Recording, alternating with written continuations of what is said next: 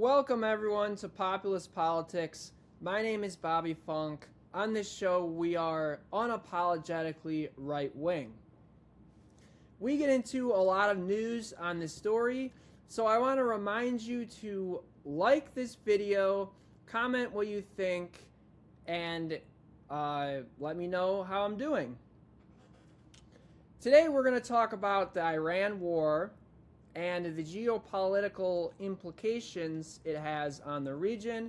It's expanding. There's a lot more countries getting involved, and the United States is doing a lot of damage control here. We are focused on protecting our bases in the Gulf countries and Saudi Arabia, while we're not really interested in the Persian Gulf stuff at the moment. As we know, Trump is pivoting back to diplomacy, it seems like, because there was no good options for escalation. That is my opinion, because there really is no good options.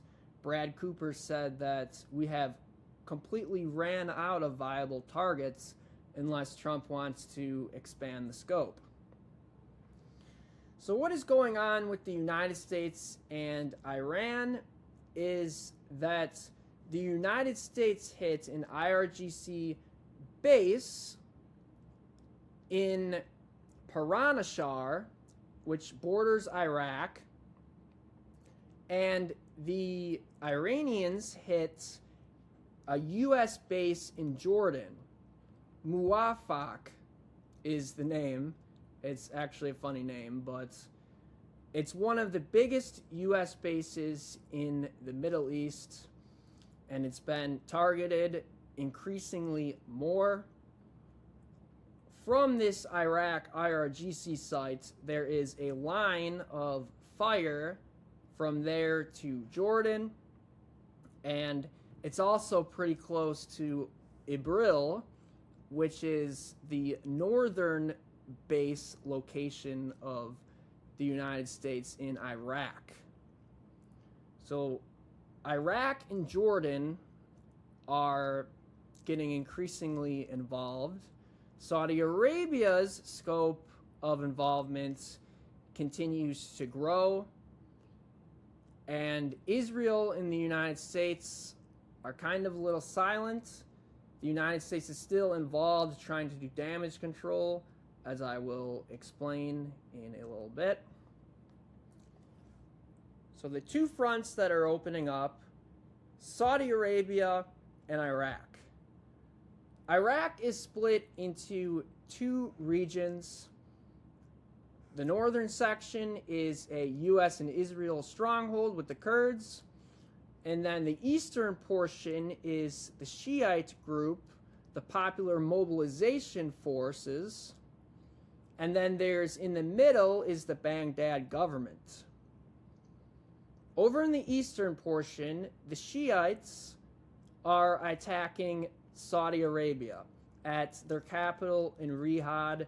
Their Aramco oil refineries, which is Saudi's oil company that makes all their money. That group, the Popular Mobilization Force, hitting Riyadh. The northern section, the U.S. bases, and the Baghdad government are trying to control the Eastern Popular Mobilization Force. Trump met with the Prime Minister of Iraq to try and disarm this group in the East, but it's very complicated because the group in the East is part of the government. They have members in the parliament. So how's that gonna bode over? It's kind of similar to Lebanon, where you have the Lebanese government, and then you also have Hezbollah, the Iran militia, and Hezbollah has their own members in the Lebanese government that influence the government not dismantling the Hezbollah group. And then over in Iraq, these Popular Mobilization group is trying to continue their influence in Iraq. Saudi Arabia is getting hit by these Iraq forces, but they're also getting hit on the south by the Houthi rebels. Yesterday, or Monday, the Houthi rebels were attacking the port cities of Jazan and Yanabu, which also hold Aramco refineries, and the port cities is where tankers come into Saudi Arabia and export their oil out to Asia. That's how they make their money. So these Houthis are attacking and they're disrupting Saudi's government and their economy. So that is a big frustration from the Saudi government. So the Saudi government is getting hit from two fronts, from the Iraq eastern portion, but they're also getting hit in the south by the Houthis. So Saudi Arabia got so angry that they joined with United States forces to airstrike the Popular Mobilization Group in Iraq. And the Iraq government condemned this, said that it was a violation of their sovereignty for the U.S. and Saudi to jointly strike their country, even though there's 3 different countries in Iraq with the factions that I was talking about in the eastern, the northern, and in Baghdad.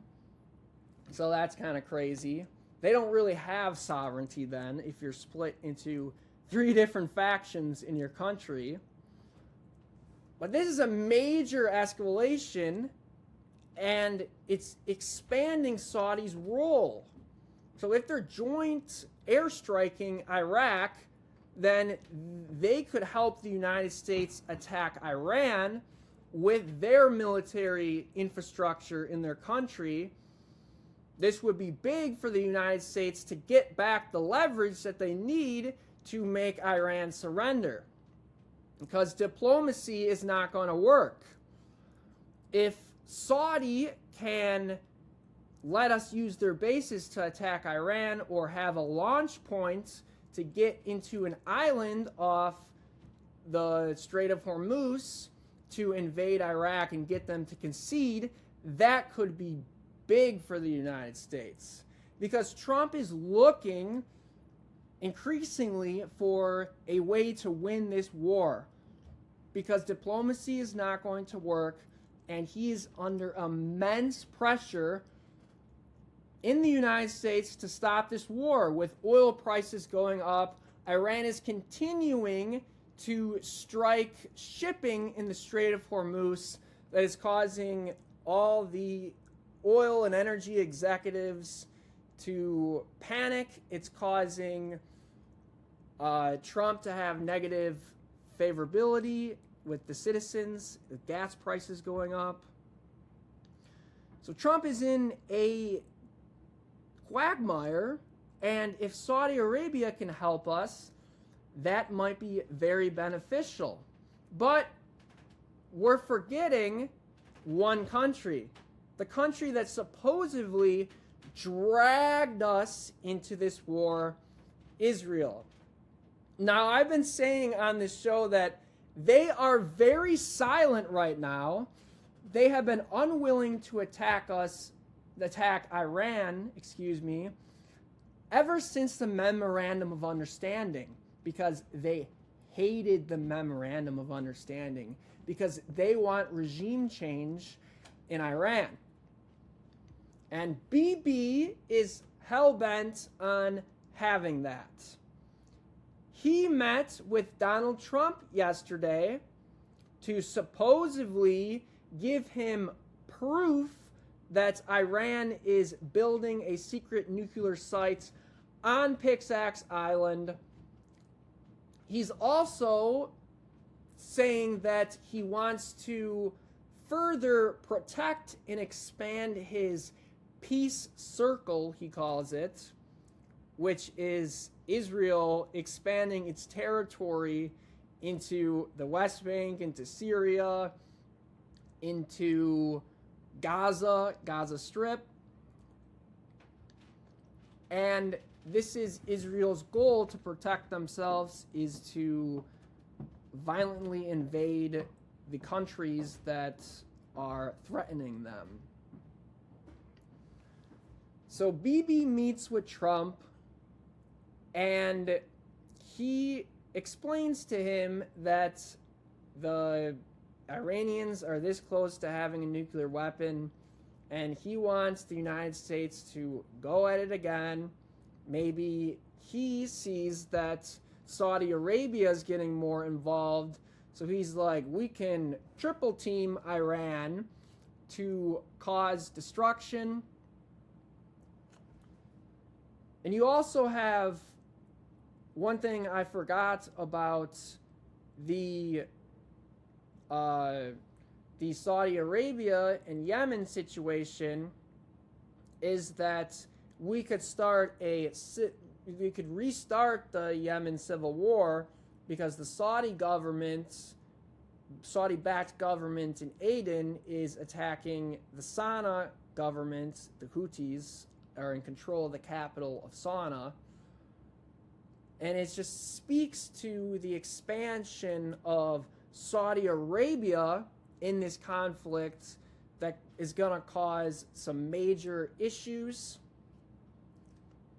Another geopolitical aspect is what the heck was going on with Ukraine and Iran this weekend.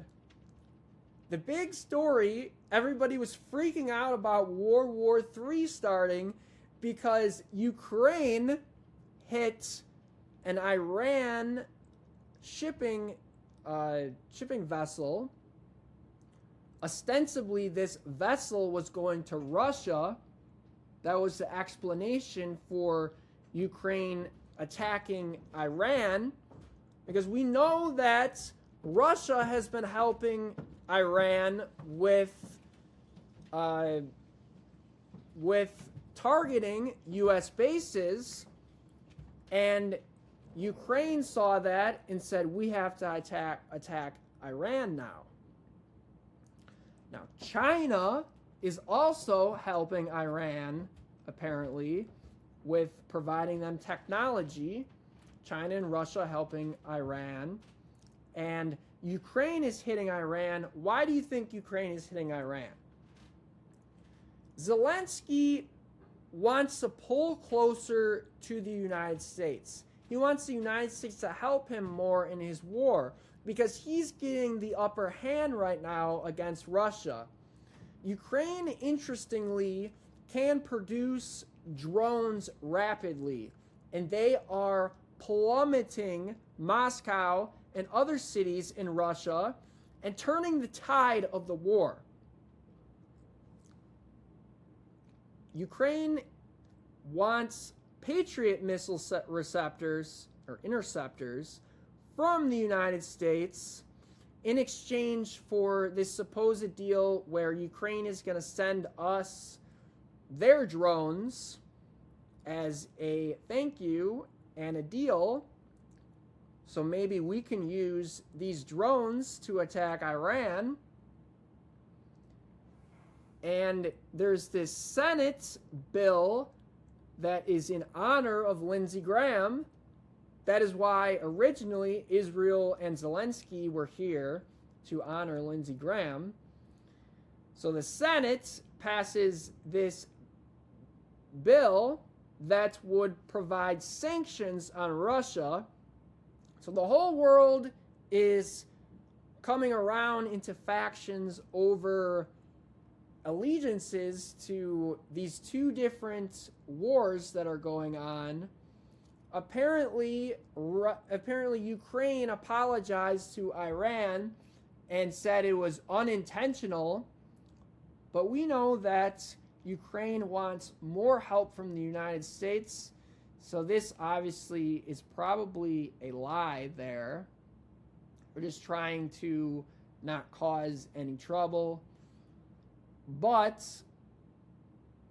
you have increasingly the eastern section of the world, Iran, Russia, and China, against Europe and the United States.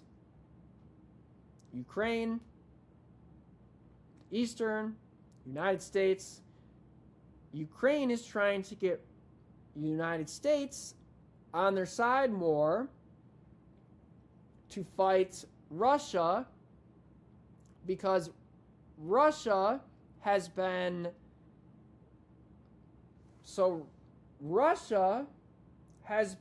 neutral with the United States for a while. We all know what Trump said before he got into office, that he would end this war in 28, 48 hours, whatever he said, which obviously did not happen. But Trump has been unwilling to be tough on Russia. So Zelensky is trying to change that so Trump can attack Russia, not militarily, but diplomatic, have sanctions, and help Ukraine more to win their war.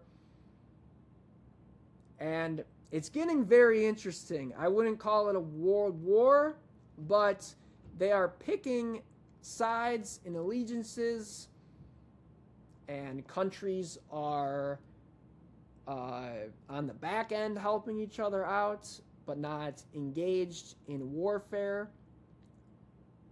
So the two wars are very interesting, and we'll have to see what goes on with all of this geopolitical world actions. But, well, we also have, on our next story, we also have, as part of the Israel thing, is, did everyone see this Mamdani trying to arrest Netanyahu?